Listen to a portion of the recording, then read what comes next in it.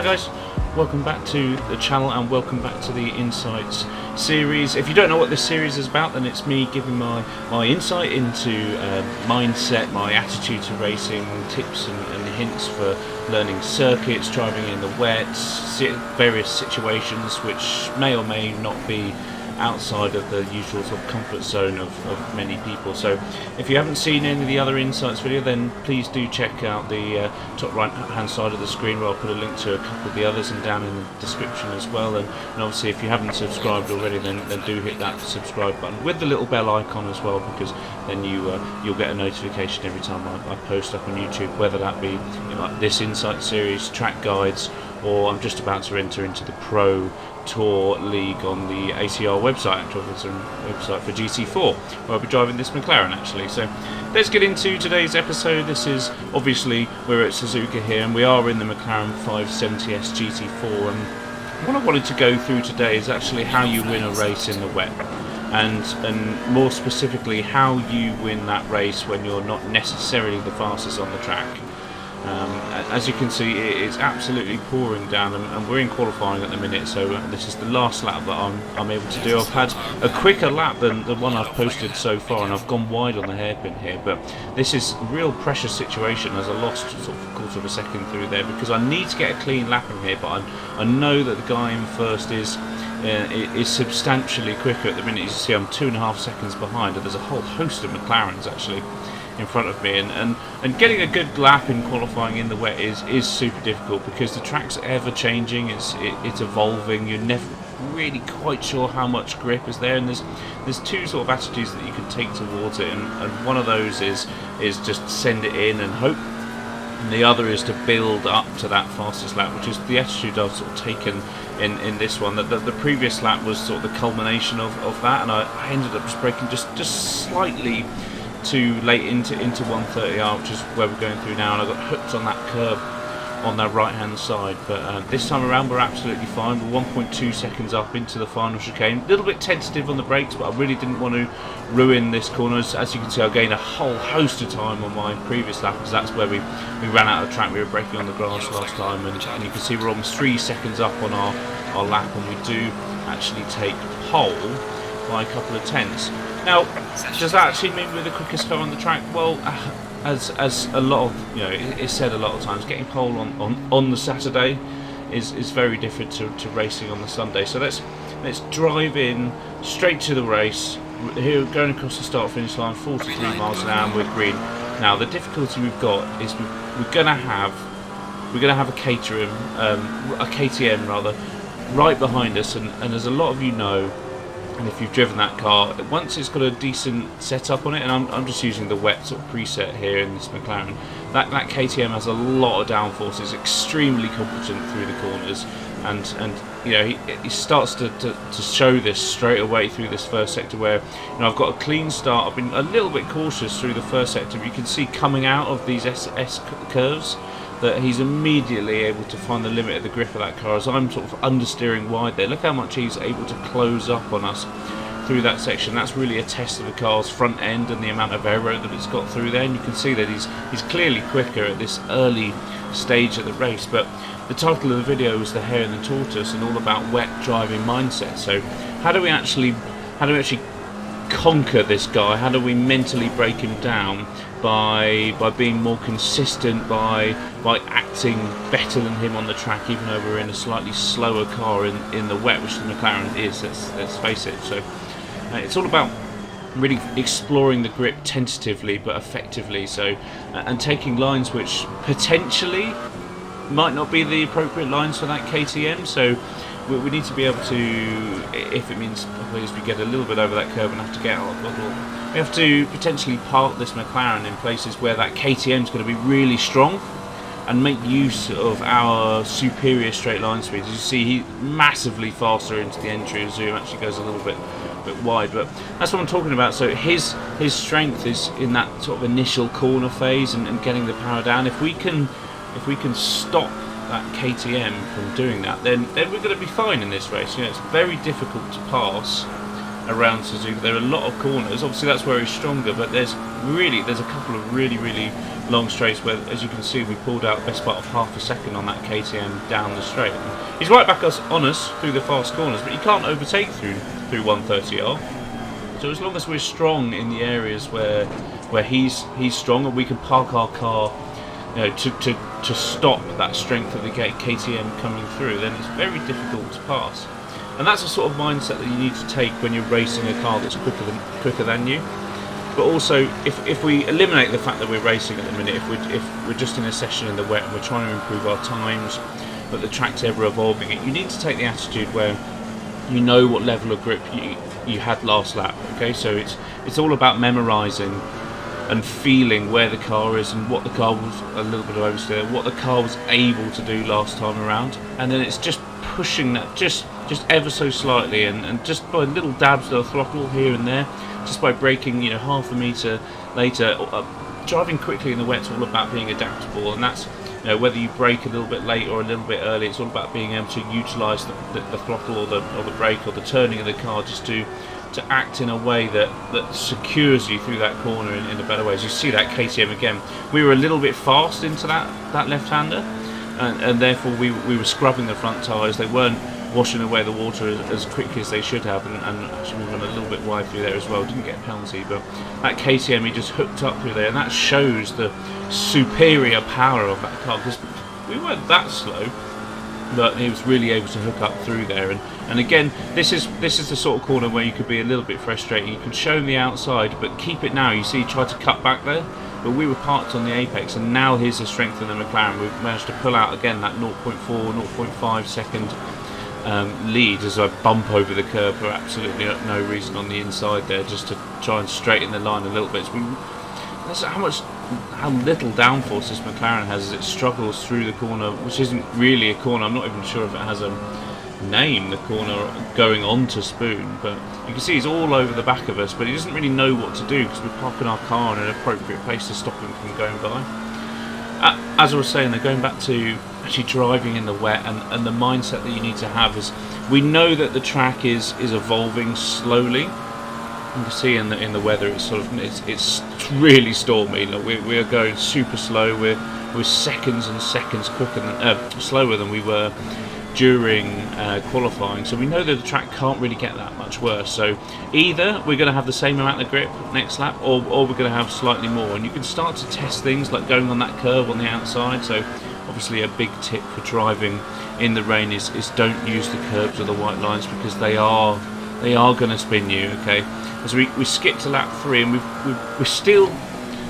we're still in this battle, but it's sort of ebbed a little bit as I make the same mistakes I did in qualifying and run a little bit wide there. The difference in qualifying, I was over that grass and braking there, which is why we gained so much time into this final chicane. But me overturning the wheel a little bit, taking a bit too much speed in there, has enabled the KTM to close right back up to that half a second sort of phase, and obviously we're going over the start finish line here, but we're coming into the first turn and then the S curves into Dunlop, and this is where the KTM really excels. So he's a second ahead. You can see he was 1.3 seconds quicker than us on that lap due to that mistake, but we know that we're going to have more and more grip through these laps, and it's all about just trying to feel the car and trying to push the limits slightly more each time. And obviously there'll come a time where you probably will make a mistake, but it's all about driving in a way where you're slightly coasting into corners and not always on the limit.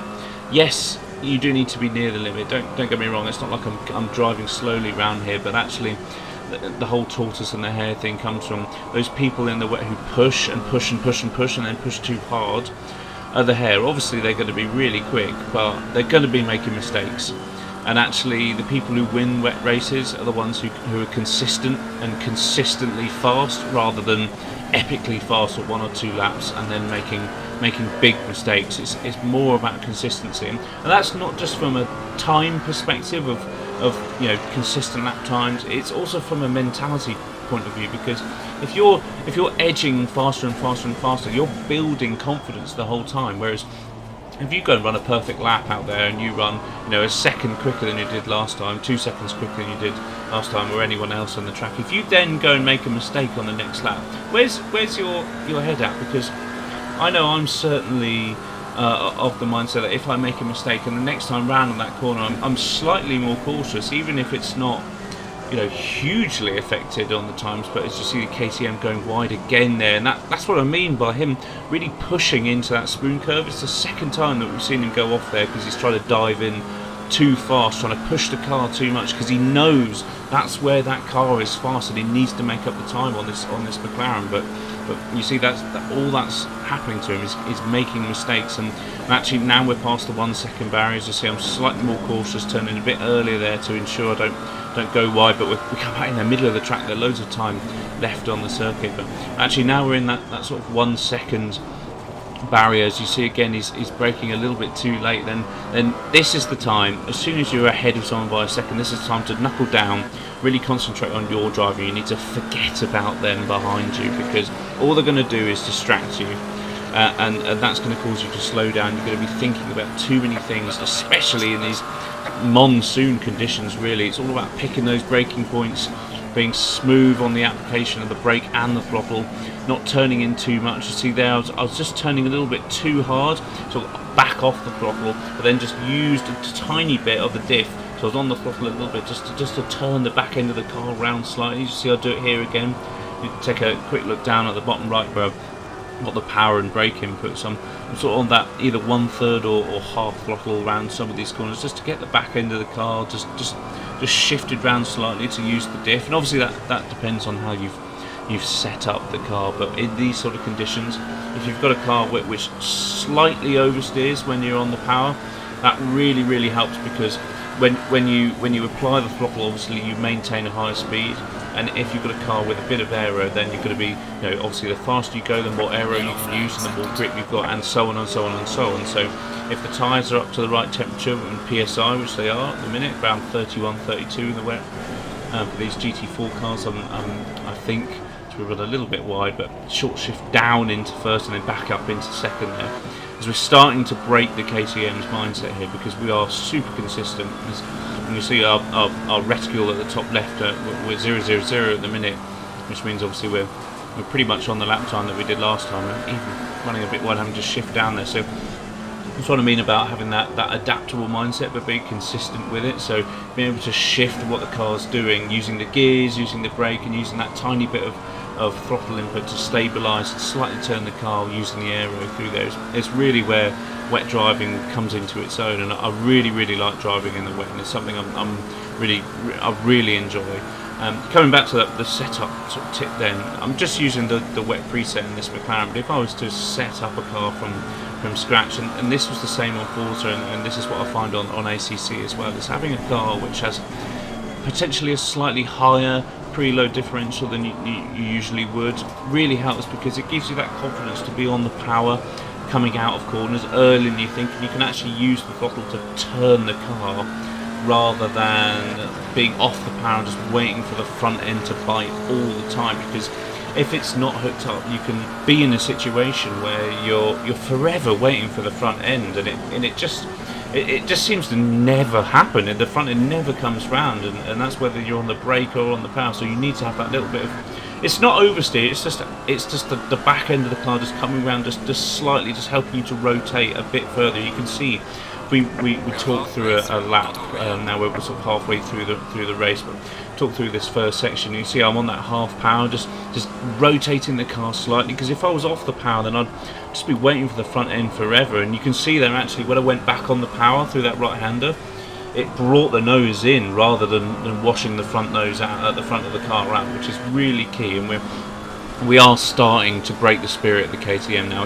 He's had his time, he's done a couple of dive moves down the outside, we've defended nicely, we've put our car in situations where it is going to hamper the KTM and play to our strengths, which is down the straight in this car. That KTM's really good through the corner, so it's all about just keeping smooth, and he's going to be trying too hard now, and you need to remember to not do that, because especially in the dry but also in the wet, you need to remember that actually now you're starting to eke out time. It's important to just keep doing what you're doing, and this is a mindset thing, and it's easy to say that. I realise that it's very easy to sit here and go, okay, I'm just going to brake at the same time the same place every lap. I'm going to accelerate in the same way. But then, you know, what would be the skill in it? Well, everyone would be able to do the same lap times every lap. It would be perfect. Driving would be boring. So you can't do that. You just got to keep telling yourself that, okay, keep flexible, keep thinking the same thing. So going through the same processes rather than I'll just do the same thing every lap. What does that actually mean when you're driving? So it's all about noticing those braking points and thinking that when I come up to the last sign here, I need to be fully on the brakes turning in, and the 2 signs on the left coming into the last corner here, go past one, you need to be on the brakes before the last one. And if you follow processes and if you adapt those processes throughout the race, they're forever evolving, as we know that we can get on that curb on the power, which on the outside, which on the first lap we didn't know because we thought we might spin on there. So it's ever adapting those processes to get through the race and start to break the spirit of your opponents, because mindset is so powerful. There's such a key weapon of driving in the day and the wet. As we skip forward to the last lap of the race, as you can see, that mindset that we've been employing for most of the race since the KTM sort of made a bit of a mistake is really worked, because a couple of laps ago he made a huge mistake and actually he's dropped down to almost 12 seconds behind, and as we know, we were barely quicker than anyone in qualifying. You know, a couple of the other McLarens and the KTM were just as fast, but that was potentially a fluky lap from them, and they haven't employed that sort of consistent, ever evolving and learning mindset through one of these wet races. You can see we're actually quite a bit slower than we were through the mid part of this race. We're sort of almost 2.5 seconds a lap slower because the track's de-evolved almost as it's got wetter. So we've adapted to that, and we've not pushed as hard. And it's all about using that ebb and flow of the circuit and the race to your advantage at all times, which is a really difficult skill, and I can't stress enough how much you can try and practice that as a skill. But guys, I realise I've talked a lot about sort of the mindset side of things, but I hope this did provide some insight to you about how I go about some of these wet races when you're potentially not in as quick as car as you could be. So I'll leave it there, and if you did like this sort of insight content, then please do subscribe to the channel, give the video a like, share with friends, anything like that. Give me a comment on your thoughts, because I'm really intrigued to see if you guys found this helpful. But until next time, I'll see you later. Excellent job, man. What a race. P1. Bring it back home safely.